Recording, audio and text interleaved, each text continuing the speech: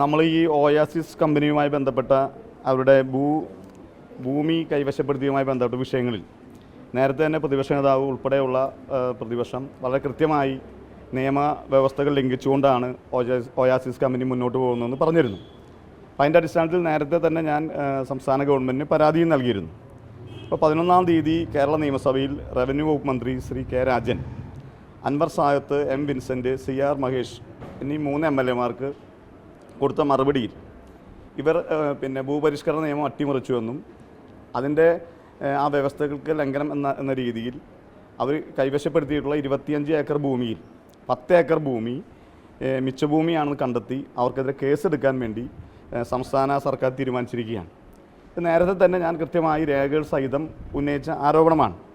അപ്പം അങ്ങനെയാണെങ്കിൽ ഇവർക്ക് തത്വത്തിൽ കൊടുത്ത അംഗീകാരത്തിൽ വളരെ കൃത്യമായി പറയുന്നുണ്ട്. ശ്രീ ജയതിലക് IAS നൽകിയ ഉത്തരവിൽ കേരളത്തിലെ നിയമവ്യവസ്ഥയ്ക്കകത്ത് നിന്നുകൊണ്ടേ ഈ കമ്പനിക്ക് പ്രവർത്തിക്കാനുള്ള തത്വത്തിലുള്ള അനുമതി കൊടുത്തത്. ഇപ്പോൾ നിലവിൽ 3 തരത്തിലുള്ള നിയമലംഘനമാണ് ഈ കമ്പനി നടത്തിയത്. നേരത്തെ തന്നെ കൃത്യമായി പറഞ്ഞതാണ്.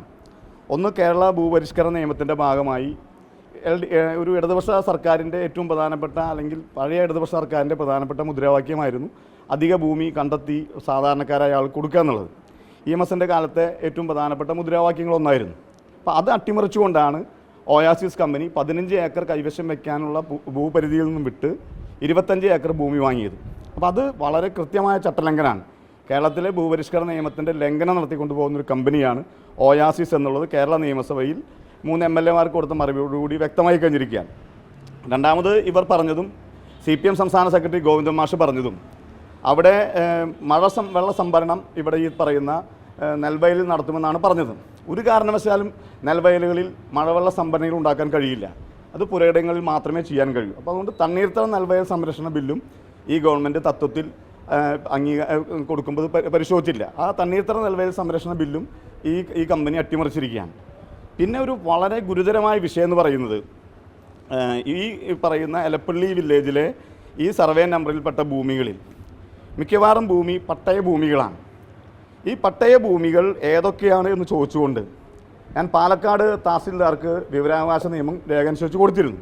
പക്ഷേ ഏറ്റവും രസകരവും ഭീകരവുമായ മറുപടി എന്ന് പറയുന്നത് എലപ്പള്ളി വില്ലേജ് ഓഫീസിൽ ഓയാസിസ് കമ്പനി വാങ്ങിയ ഭൂമികളുടെ മുന്നാധാരങ്ങളോ പട്ടയങ്ങളോ ആധാരരേഖകളോ ഒന്നും തന്നെ കാണാനില്ല എന്ന ഗുരുതരമായ വിഷയമാണ് എനിക്ക് നിങ്ങളുടെ മുന്നിൽ ഉന്നയിക്കാനുള്ളത്.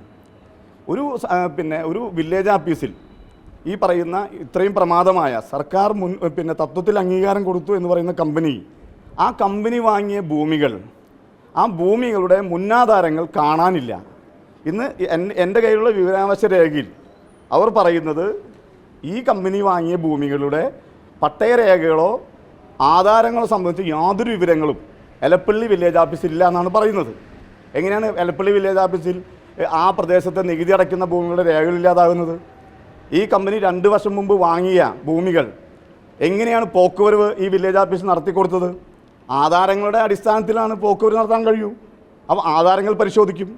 ആ ആധാരങ്ങൾ പരിശോധിക്കുമ്പോൾ ആ പരിശോധിച്ച രേഖകൾ ആ വില്ലേജ് ഓഫീസിൽ കാണണം. അതുപോലെ തന്നെ അവിടെ രജിസ്റ്റർ ഉണ്ട്.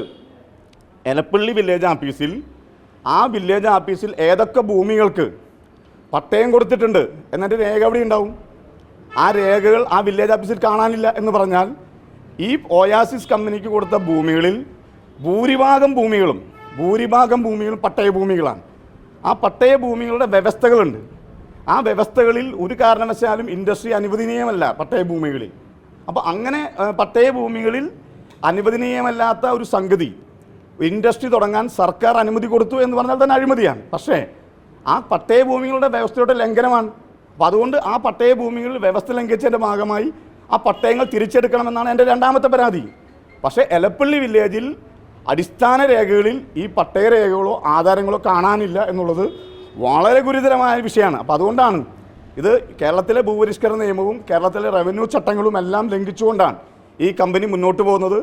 അതിനുള്ള ഒത്താശയും ശ്രീ MP രാജേഷാണ് കൊടുത്തിരുന്നത് എന്നുള്ളത് അദ്ദേഹത്തിൻ്റെ ആ കമ്പനിയുടെ വക്താവെന്ന രീതിയിലുള്ള നടപടിക്രമങ്ങളുടെ ഭാഗമായി മനസ്സിലായി. CPMൻ്റെ സംസ്ഥാന സെക്രട്ടേറിയറ്റ് പ്രഖ്യാപിച്ചപ്പോൾ അതിനകത്ത് പെടാതിരുന്നതിൻ്റെ കാരണവും കൃത്യമായി വ്യക്തമായിരിക്കുകയാണ്.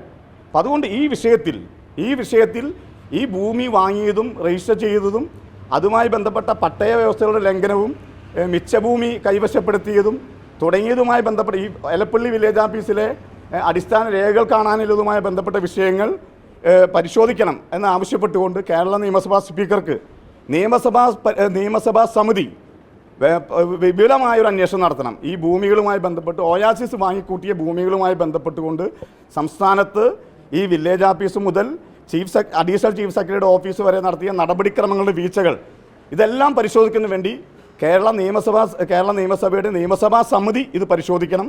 അതോടൊപ്പം തന്നെ ഈ കമ്പനി നടത്തിയത് നിയമലംഘനമാണ് എന്ന് തെളിഞ്ഞിരിക്കുന്ന സാഹചര്യത്തിൽ മിച്ചഭൂമി കേസ് ഇവർക്കത് രജിസ്റ്റർ ചെയ്യണം എന്ന് റവന്യൂ വകുപ്പ് ഉത്തരവിട്ട സാഹചര്യത്തിൽ സംസ്ഥാന ഗവൺമെൻറ് ഈ ഒയാസിസ് കമ്പനിക്ക് ബ്രൂവറി തുടങ്ങിയ ഇൻഡസ്ട്രി തുടങ്ങാൻ നൽകിയ തത്വത്തിലുള്ള അംഗീകാരം കൂടി റദ്ദാക്കണം എന്ന് ആവശ്യപ്പെടുകയാണ്.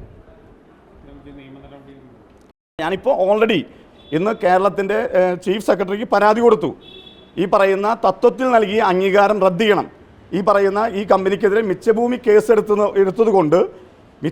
കേസെടുത്തുകൊണ്ട് ഈ കമ്പനിക്ക് നൽകിയ തത്വത്തിലുള്ള അംഗീകാരം റദ്ദ് ചെയ്യണം എന്നാവശ്യപ്പെട്ടുകൊണ്ട് ചീഫ് സെക്രട്ടറിക്ക് കത്ത് കൊടുത്തിട്ടുണ്ട്.